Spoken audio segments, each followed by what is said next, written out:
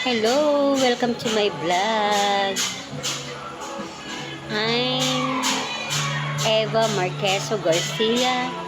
Ito, quickly vlog lang ako ngayon kasi andito ako ngayon sa SM City of Santa Rosa, Laguna. Ayan. Habang naghihintay ako sa anak ko na nanonood ng movie together, kasama yung teacher niya sa school. Kaya isang oras akong maghihintay. Iikutin ko yung SM Santa Rosa. Pero sa kakaikot ko na pagod ako. Kaya ito, tumambay muna ako dito sa may ano.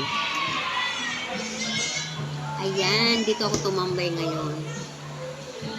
Nauhaw ako sa habang umiikot ako sa SM. At magpaalam naman ako dito sa mga employee na kung pwede ba mag-stay. Pinayagan naman ako. Kaya, tsaka walang customer eh. Ayan, parang nag-iisa lang yata ako.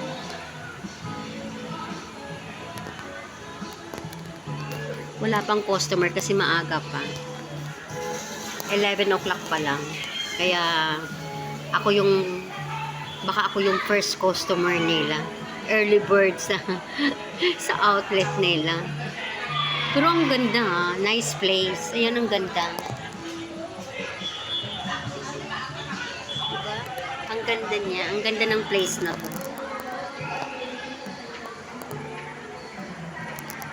Nice ambience. Tsaka ang sarap ng milk tea nila. Masarap.